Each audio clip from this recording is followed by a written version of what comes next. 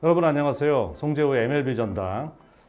저희가 지난주까지는 메이저리그 역대 가장 빠른 볼을 던졌던 강속구로 한 시대를 풍미했었던 투수들을 소개를 해드렸었죠. 이번엔 좀 타자 얘기로 한번 분위기 전환을 해볼까 합니다.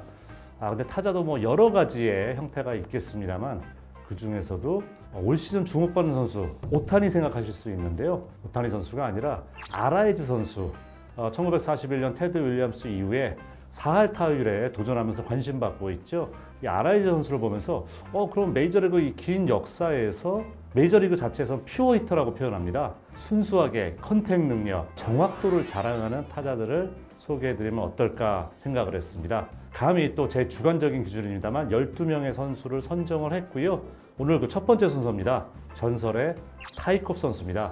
타이콥 선수는 1886년에 태어나서 1961년도에 세상을 떠났습니다. 무려 메이저리그에서 1905년부터 28년까지 24년을 뛰었습니다. 3034경기, 통산 안타가 메이저리그에 딱 2명밖에 없었습니다. 4000안타를 돌파한 선수, 4189개의 통산 안타를 기록을 하고 있고요. 통산 타율이 3할 6푼 6리입니다. 물론 그 옛날이니까 왜 맞습니다. 옛날이니까 가능한 얘기입니다만 그럼에도 불구하고 이 타이콥의 3할 6푼 6리는 메이저리그 148년 동안 긴 역사에서 정말 최고의 타율로 인정을 받고 있습니다.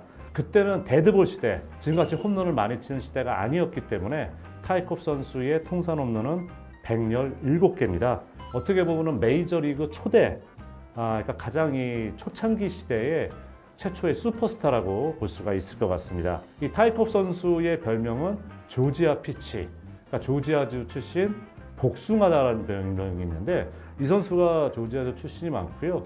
이 복숭아가 좀 탐스럽게 생겼잖아요. 그러니까 이 선수의 야구하는 게 되게 재능이 넘치다. 정말 겉보기처럼 속도 알차다. 이런 의미에서 조지아 피치라고 했다고 해요. 자, 선수 생활은 1905년부터 26년까지 디트로이트 타이거스에서 뛰었고요. 마지막 2년은 필라델피아에서 선수 생활을 마치게 됐습니다. 그리고 디트로이트에서 마지막 6년 동안은 그 당시에는 좀 이런 경우가 흔했었죠. 플레이어 매니저. 그러니까 선수로도 뛰고 감독으로도 뛰고 이런 모습을 유지를 했었고요. 첫 번째 명예전당 헌액 투표에 들어갔습니다. 무려 98.2%였다 그래요. 어마어마한 수치로 누구도 부인할 수 없는, 말씀드린 것처럼 메이저리그 초창기에 최초의 슈퍼스타는 바로 이 타이콥이었다라고 말씀을 드릴 수 있겠습니다. 집안은 상당히 부유했다고 해요. 아버지가 주 의원이었었는데 상당히 엄했다고 합니다. 이 아버지의 영향을 이 타이콥이 나중에 성인이 돼서도 성격 형성이라든가 플레이 스타일이라든가 이런 데 많이 좀 반영이 됐다고 얘기를 하고 있는데, 아버지가 엄했을 뿐더러 실패를 용납하지 않는 성격이었다고 해요. 그런 강박관념이 나중에 성인이 되고 선수가 돼서 이 선수가 뛰어난 기록을 세우는 데 도움이 되기도 했습니다만, 다른 한편으로는 이 선수가 너무 좀 공격적인 플레이를 했다는 평가도 역시 그에게 늘 따라다니는 수식어라고 볼 수가 있을 것 같습니다. 어린 시절부터 워낙 잘했기 때문에 세미프로팀 어거스타 투어리스트라는 팀에서 뛰면서 역시 뛰어난 기량을 보였다고 합니다. 그럴 때 디트로이트 타이거스의 스카우터 눈에 띈 거예요. 타이콥 보고 완전히 반했다 그러죠. 그렇기 때문에 그 당시 $750, 이 선수가 딱 프로를 데뷔하는 게 1905년이었었는데 이때 충격적인 사건이 터지게 돼요. 그게 뭐냐면 아버님이 돌아가시게 되는데 총에 맞아서 살해를 당하게 됩니다. 가해자가 누구냐? 어머니예요. 그러니까 이게 엄청난 충격이죠. 의처증이 있었다고 그래요. 늘 와이프를 의심을 하고 좀 이렇게 감시를 하는 그런 모습이 있었는데, 나 지금 무슨 바깥 일이 있어서 오늘 집에 좀 늦게 가든지 못 들어갈 것 같다고 얘기를 하고, 자기가 없는 사이에 바람 피우는 대상을 집으로 초대해서 바람 피는 현장을 잡으려고 숨어 있던 거예요. 그 창문가 거기 숨어 있다가 밤에 으슥한 시간에 그 창문가에 가서 와이프가 뭘 하고 있는지 염탐을 하는 거죠. 어머니가 자면서 깬 거예요. 아까 창문가에서 무슨 소리 들리는데 그림자만 창문가에서 얼음된 걸 본 거예요. 이러다 보니까 어머님이 겁이 난 거죠. 강도가 들어오는구나. 권총을 꺼내서 쏜 겁니다. 그 총을 맞고 아버지가 사망을 하게 된 사건이에요. 정말 아이러니한 게 뭔지 아십니까? 그러니까 어머니가 쏜 그 권총을 아버지가 사준총이었대요.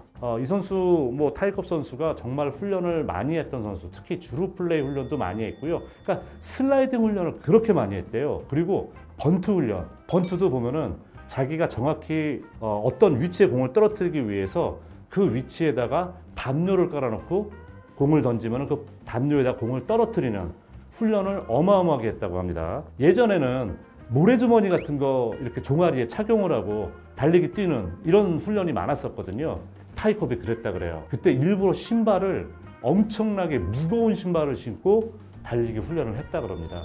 그러면서 본인이 정말 독하게 훈련을 해서 메이저리그에 뿌리를 내리려고 그랬는데 이 선수가 그때 타이컵이 워낙 잘한다는 소문이 있었고 프로에 들어가니까 선배들이 이 아직 10대 선수 타이컵을 엄청나게 괴롭혔다 그럽니다. 그래서 이 어린 타이컵 선수가 내가 절대 이 선수들한테 만만하게 보여서는 안 된다 라는 생각을 하고 그게 플레이 나가서 이 선수는 함부로 건들면 안 돼라는 이미지를 심어주기 위해서 거친 플레이를 하게 됐다고 얘기가 나옵니다. 데뷔한 지 2년 만에 정말 싹수가 있는 선수는 알아본다고 1907년도 최초로 최연소 타격왕에 오르게 됩니다. 그러니까 21살의 나이에 타격왕에 오르는 거죠. 타이컵 선수의 라이벌 선수라고 할 수 있는 선수가 피츠버그 파이리츠의 호너스 와그너라는 선수가 있었어요. 이 선수가 있는 피츠버그 파이리츠와 또 같이 월드 시리즈를 하면서 더 많은 관심을 끊기도 했었는데요. 말씀드린 것처럼 이 타이컵 선수가 뛰던 시대는 데드볼 시대. 이 선수가 홈런왕이 됐을 때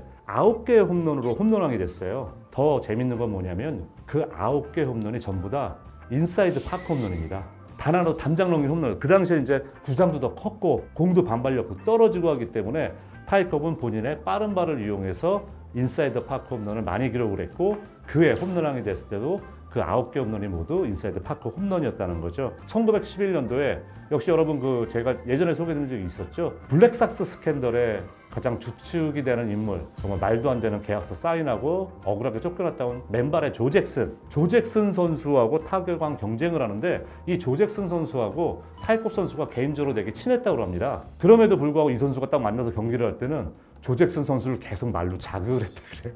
그럴 정도로 지기 싫어하는 근성이 엄청났다고 얘기를 합니다.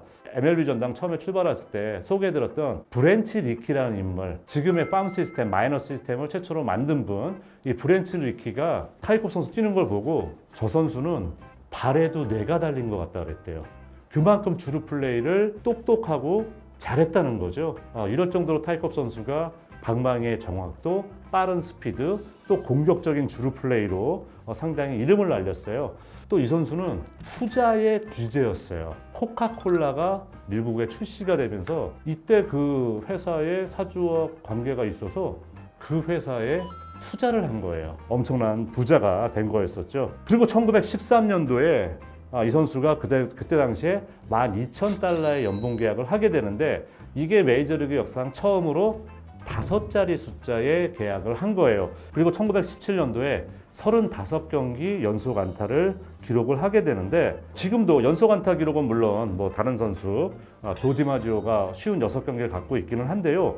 이 타이컵 선수는 유일합니다. 35경기 연속 안타를 유일하게 2번 이상 기록한 선수예요. 자, 그리고 이제 이 선수가 한참 뛰고 있을 때 이제 베이브 루스가 1920년대에 들어와서 라이브 볼 시대가 열리고 홈런의 시대로 이 메이저리그 흐름이 바뀌게 되거든요. 이때 이제 본인은 뭐냐면 베이브 루스 스타일 자체를 좋아하진 않았대요. 너무 큰 거만 칠라 그래. 이렇게 얘기를 했지만은 그래도 베이브 루스의 공과에 대해서는 충분히 인정을 했다고 얘기를 합니다. 지금까지 메이저리그 역사상 유일하게 베이브 루스가 예고 홈런, 시카고 컵스의 월드 시리즈에서 외야 가르치고 그쪽에 홈런을 쳤다는 유명한 일화가 있잖아요.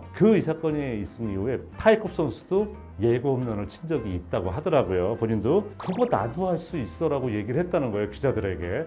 내가 보여줄게 하고 그날 경기에서 6타수 6안타에 홈런 3방을 쳤다고 합니다. 만약 이 선수, 타이컵 선수가 라이벌 시대에 뛰는 선수였다면 조금 야구 역사가 바뀔 수도 있지 않았을까 라는 생각이 들 정도로 아주 개인적인 재능이 뛰어났던 선수예요. 자, 이렇게 화려한 선수 생활을 마치고 타이컵 선수가 은퇴를 합니다. 1928년 마지막으로 은퇴를 하게 되고 투자를 워낙 잘했기 때문에 상당히 부유한 생활을 했지만 주변의 사람들, 특히 야구 쪽의 친구들이 별로 없었다고 해요.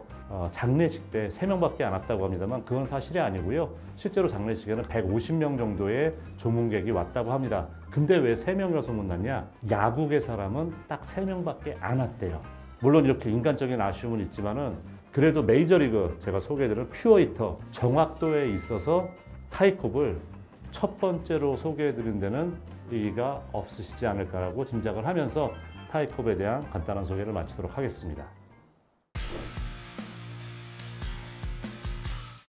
현재로서는 사실 뭐 그런 선수를 찾아보기 어렵습니다. 거의 근접했던 선수는 이치로 선수. 이치로 선수는 도루도 많이 뛰었잖아요. 그러니까 물론 뭐 2가지 기록만 얘기하지만 그렇지만은 여러분 뭐 아시다시피 이치로 선수의 그런 뛰어난 컨택 능력과 뛰어난 주루 플레이를 생각하면은 타이컵 선수에 근접한 최근 선수라면 저는 이치로 선수를 뽑아드릴 수 있을 것 같습니다.